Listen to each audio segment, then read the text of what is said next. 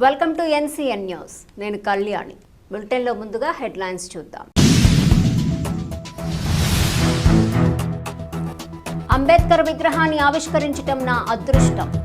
రాష్ట్ర మంత్రివర్యులు కందుల దుర్గేష్.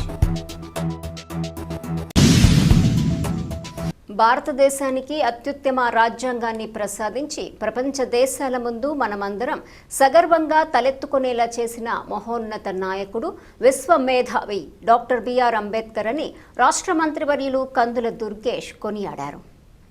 నిడదవోలు మండలం జీడిగుంట గ్రామంలో నిర్వహించిన డాక్టర్ బిఆర్ అంబేద్కర్ విగ్రహ ఆవిష్కరణ మహోత్సవంలో మంత్రి దుర్గేష్ ముఖ్య అతిథిగా పాల్గొన్నారు.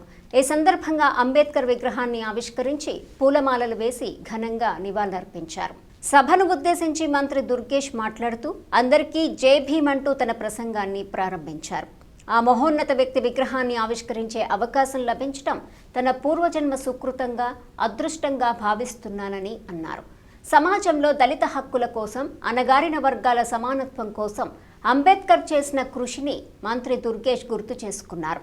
చిన్నతనంలో ఎన్నో అవమానాలు, అణచివేతలను ఎదుర్కొన్నప్పటికీ ప్రపంచంలో ఏ మేధావి చదవనంత అద్భుతంగా చదివి దేశానికి ఏకగ్రీవంగా మహత్తర రాజ్యాంగాన్ని రాసే శక్తివంతుడిగా ఎదిగారన్నారు.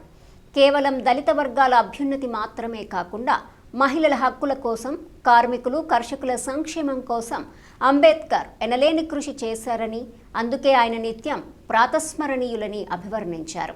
ఈ కార్యక్రమంలో కూటమి నాయకులు, కార్యకర్తలు, గ్రామస్తులు తదితరులు పాల్గొన్నారు.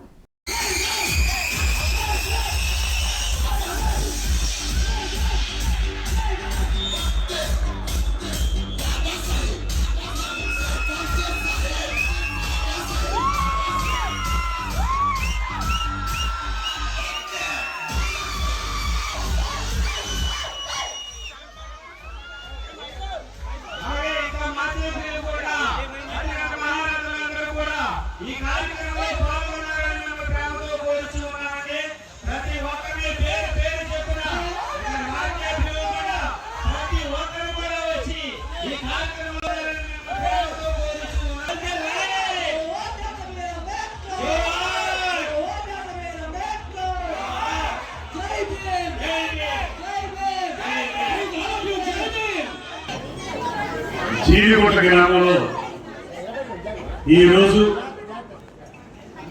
మనందరికీ కూడా ప్రాతస్మరణీయులు, భారతదేశానికి అత్యుత్తమమైనటువంటి రాజ్యాంగాన్ని ప్రసాదించి మనందరం కూడా సగర్వంగా ప్రపంచ దేశాల ముందు తలెత్తుకునేలా చేసినటువంటి మహానుభావుడు డాక్టర్ బిఆర్ అంబేద్కర్ మహాశయుని యొక్క విగ్రహాన్ని ఆవిష్కరించడం అనేది నాకు లభించినటువంటి ప్రత్యేకమైనటువంటి అదృష్టంగా నేను భావిస్తూ ఆ మహానుభావుని విగ్రహం ఇక్కడ ఏర్పాటు చేసుకున్నాం.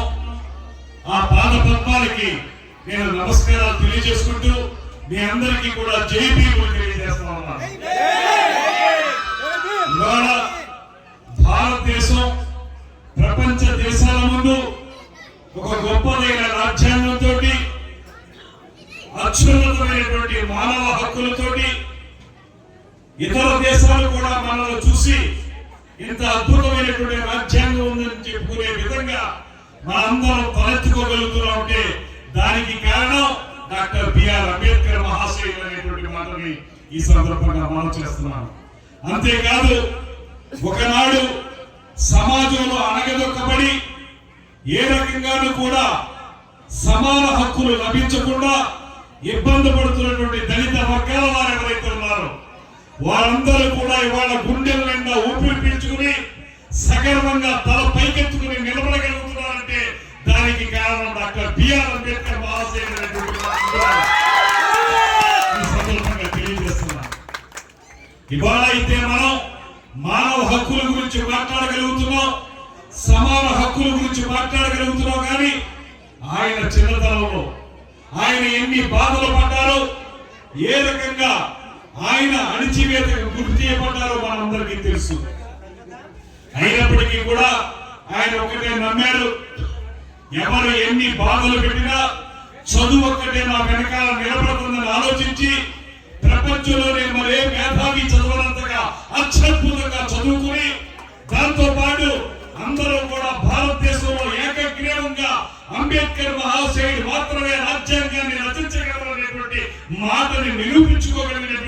వ్యక్తి డాక్టర్ బిఆర్ అంబేద్కర్ మహాశయుడు.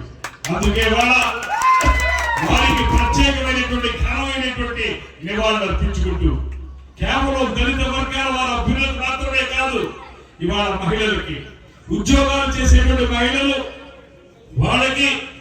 వాళ్ళు ప్రెగ్నెంట్ అయినప్పుడు వారికి మెటర్నిటీ లీవ్ ఇచ్చేటువంటి ఇలాంటి హక్కులు ఇచ్చినటువంటి వ్యక్తి డాక్టర్ బిఆర్ అంబేద్కర్ గారు. అంతేకాదు కార్మికులకి కర్షకులకి ఈ దేశంలో సరైనటువంటి హక్కులు కల్పించడానికి రాజ్యాంగంలో పొందుపరిచినటువంటి అంశాలు అంబేద్కర్ గారి యొక్క ఆలోచనల నుంచి వచ్చినటువంటి మాటను కూడా మనం చేస్తున్నాం. ఈ విధంగా అంబేద్కర్ మహాశయుడు దేశానికి చేసినటువంటి సేవల వల్లే ఆయన మనం ప్రాతస్మరణీయులు అంటాం. ప్రాతస్మరణీయులు అంటే ఉదయం లేచిన వెంటనే ప్రార్థించవలసిన వ్యక్తి ఎవరైనా ఉంటే అది డాక్టర్ బిఆర్ అంబేద్కర్ గారు తెలియజేసుకుంటూ ఇవాళ ఉదయాన్నే ఈ కార్యక్రమంలో పాల్పంచుకోవడం అనేది నాకు లభించిన ప్రత్యేకమైన అదృష్టంగా భావిస్తూ మరొక ముఖ్య విషయం, మొన్న మిత్రులందరూ కూడా వచ్చి నన్ను ఈ ఆవిష్కరణకి రమ్మని చెప్పి కోరినప్పుడు వారు అడిగింది ఒకటి ఉంది. మా అంబేద్కర్ కమ్యూనిటీ హాల్, మా ఎస్సీలకి సంబంధించినటువంటి కమ్యూనిటీ హాల్ బాగు చేయడానికి మీరు సహకరించాలని చెప్పారు. తప్పనిసరిగా నెల రోజులు తిరిగే లోపలనే మీకు అది పూర్తిగా బాగు